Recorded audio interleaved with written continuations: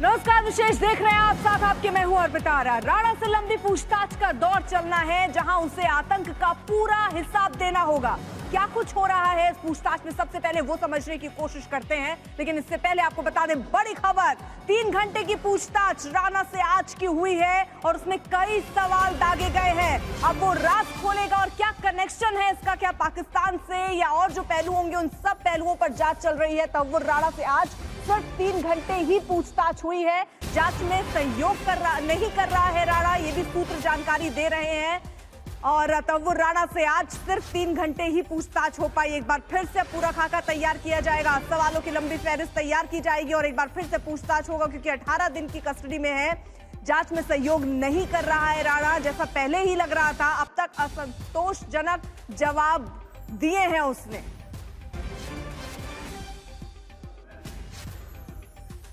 जितेंद्र बहादुर सिंह हमारे साथ, हमारे सहयोगी और जानकारी के साथ जुड़ चुके हैं। जितेंद्र, सिर्फ 3 घंटे ही ये पूछताछ हो पाई और जांच में सहयोग भी वो नहीं कर रहा है, तो आगे क्या रणनीति होगी अब एजेंसियों की? और देखिए अर्पिता, मैं एनआईए हेडक्वार्टर के बाहर इस वक्त मौजूद हूं। यहां पर अभी भी बीच बीच में हलचल हो रही है, कुछ गाड़ियां अंदर आ रही हैं और कुछ गाड़ियां बाहर जा रही हैं। लेकिन सबसे बड़ी बात यह है कि तहूर राणा से पूछताछ सुबह के वक्त करीब 11:30 बजे के आसपास शुरू हुआ और 1.5 घंटे उस वक्त पूछताछ हुई फर्स्ट हाफ में। वहां पर जब उससे सवाल किए गए, एक सवालों की पूरी लंबी चौड़ी फहरिस्त एनआईए की तरफ से तैयार किया गया था, जिसमें 30 सवाल थे। लेकिन सूत्र बताते हैं कि जब सेकेंड हाफ में उससे पूछताछ हुई करीब 1.5 घंटे तक, तो उसने बहुत सारे सवालों के जवाब नहीं दिए। उससे जब सवाल ये पूछा गया कि डेविड कोलमैन हेडली से उसके किस तरीके के संबंध रहे हैं, क्या है, तो गोलमोल जवाब उसकी तरफ से दिए गए, ऐसे एनआईए सूत्रों की तरफ से जानकारी मिल रहे हैं। लेकिन सबसे बड़ी बात यह है कि एनआईए ने जिस तरीके से अपनी पूरी तैयारी किया है, एक 12 सदस्यीय टीम तैयार किया है, जो कि एनआईए के स्पेशल अधिकारी हैं, जो कि इंटरोगेशन करेंगे। और इंटरोगेशन रूम जो है वो लॉकअप से कुछ ही दूरी पर मौजूद है, जहां पर उससे पूछताछ लगातार की जा रही है। लॉकअप जहां पर बनाया गया है वो कौन-कौन से सवाल रखे गए पूछताछ क्वार्टर में ग्राउंड फ्लोर पर। और देखिए अर्पिता, सवाल महत्वपूर्ण है। उनसे सबसे पहले पूछा गया कि भारत में जब उस वक्त उसने ट्रेवल एजेंसी खोली थी, तो यहाँ पर जो स्लीपर सेल मौजूद हैं वो किस तरीके से उसकी मदद कर रहे थे मुंबई में। इन तमाम चीजों की जानकारी हासिल की। साथ ही ये भी पूछा गया कि 26/11 हमले के दौरान उस वक्त वो पाकिस्तान में किन लोगों के संपर्क में था, किस तरीके से उसकी बातचीत हो रही थी। जब इस तरीके के कड़े सवाल उससे किए गए तो उसने गोलमोल जवाब दिया और किसी भी तरीके से उसने जानकारी नहीं दी। जो डेविड कोलमैन हेडली है, उसने एफबीआई को उस दौरान ये बताया था कि 2006 में उसने जानकारी तहूर राणा को दी थी। ठीक है जितेंद्र, आप रहिएगा और नजर बनाए रखिए। तो जिस तरह सवाल है कि आखिरकार क्या सवाल रखे गए, जांच एजेंसियों के सूत्रों के मुताबिक जिस कमरे में राणा से पूछताछ चल रही है वहां 2 कैमरे लगे हुए हैं, यानी सवाल जवाब की पूरी रिकॉर्डिंग की जा रही है। वहीं पूछताछ के लिए एनआईए के 12 अधिकारियों की टीम तैयार की गई है। सुबह करीब 12 बजे से ये पूछताछ शुरू हुई थी। अब ये समझने की कोशिश करते हैं कि आखिर राणा से किस तरह के सवाल किए जा रहे हैं। सूत्र बता रहे हैं एनआईए राणा से जानना चाहती है कि उसका पाकिस्तानी हैंडलर कौन था, यानी वो शख्स जिसने मुंबई हमले की साजिश के वक्त राणा को निर्देश दिया। एक सवाल राणा को लेकर कि फंडिंग कौन कर रहा था, आखिर आतंकी साजिश में राणा को फंडिंग कौन दे रहा था, जिसके पैसे का इस्तेमाल इस आतंकी वारदात को अंजाम देने के लिए किया गया, फिर चाहे वो मुंबई में खोला गया ऑफिस हो या फिर बाकी इंतजाम हो। एक और अहम सवाल पूछा गया कि आखिर स्लीपर सेल में कौन कौन से लोग हैं। ये एक अहम जानकारी है जिसका खुलासा राणा कर सकता है, जिससे आतंकवाद के खिलाफ भारत की मुहिम को एक बड़ी मदद मिल सकती है। राणा के बिजनेस पार्टनर का भी पता लगाने की कोशिश में एनआईए है, क्योंकि राणा ट्रेवल एजेंसी के नाम पर आतंकी की फैक्ट्री चला रहा था, जो कि दुनिया के कई शहरों में फैली थी। ऐसे में उसके पार्टनर की भूमिका भी अहम हो सकती है। एक और सवाल यह भी कि भारत में फंड किसे किसे दिया जा रहा था, क्योंकि बिना बड़ी फंडिंग के इतनी बड़ी साजिश रचना नामुमकिन है। ऐसे में यहां पर भी राणा कई बड़े खुलासे कर सकता है। एक और सवाल, आखिर राणा के बचपन में दोस्त और हमले के मास्टरमाइंड हेडली की मदद भारत में राणा के अलावा किस किसने की, क्योंकि हेडली ने कई दिनों तक भारत में रेकी की थी और वो कई जगहों पर गया था। वो विजिटर वीजा के लिए जरिए भारत आया था। ऐसे में उसके रुकने से लेकर अलग अलग जगहों पर जाने में कौन कौन उसके साथ था।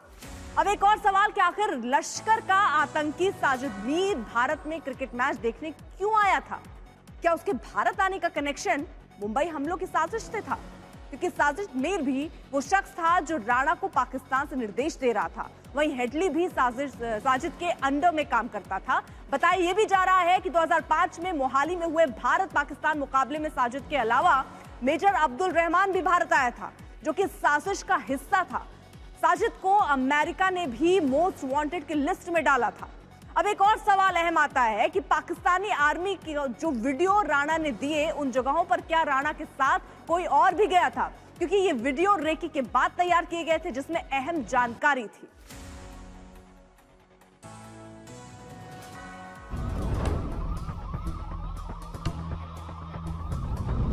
छब्बीस 11 की साजिश में कौन कौन शामिल था?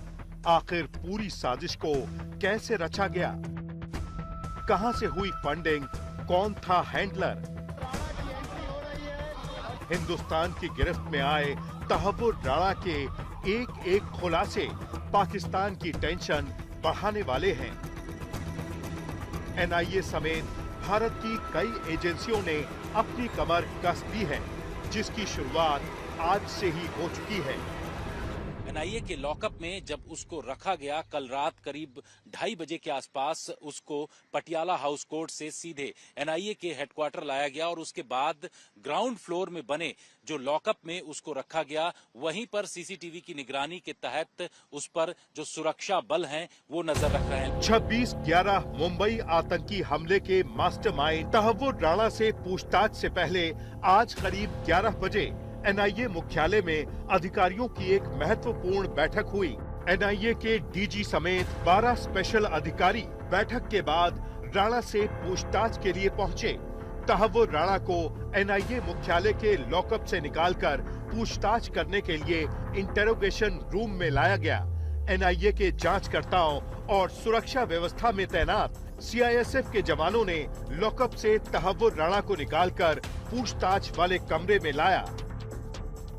सूत्रों की माने तो जांच एजेंसी के मुख्यालय में लॉकअप ग्राउंड फ्लोर पर बना हुआ है, जहां तहव्वुर राणा को रखा गया है, जबकि लॉकअप के ठीक ऊपर 3rd फ्लोर में बने इंटेरोगेशन रूम में राणा से पूछताछ की जा रही है। तहव्वुर राणा के साथ होने वाली पूछताछ की रिपोर्ट रोजाना टीम के मेंबर्स को भेजी जाएगी। अंतर्राष्ट्रीय स्तर का जब कोई मुजरिम या मोस्ट वांटेड आतंकी भारत लाया जाता है तो उस दौरान उस प्रत्यर्पण संधि का, जो कि उस देश के जरिए जो भारत प्रत्यर्पित करता है, उसके नियमों का पालन पूछताछ के दौरान किया जाता है। सूत्रों ने ऐसी जानकारी बताई है। एनआईए पूछताछ करने के लिए तहव्वुर राणा से एक अलग तरीके का इंटरोगेशन रूम तैयार किया है। इस पूरे ऑपरेशन के दौरान राणा की 2 तस्वीर ही सामने आई हैं। पहली तस्वीर अमेरिका की है, जहां अमेरिकी अधिकारियों ने एनआईए को तहव्वुर राणा को हैंडओवर किया, तो वहीं दूसरी तस्वीर भारत की है, जब दिल्ली में पालम एयरपोर्ट पर राणा पहुंचा था। कानूनी प्रोटोकॉल के तहत अभी दोनों ही तस्वीरें पीछे से जारी की गई हैं, जिसमें राणा सफेद बालों में बूढ़ा नजर आ रहा है।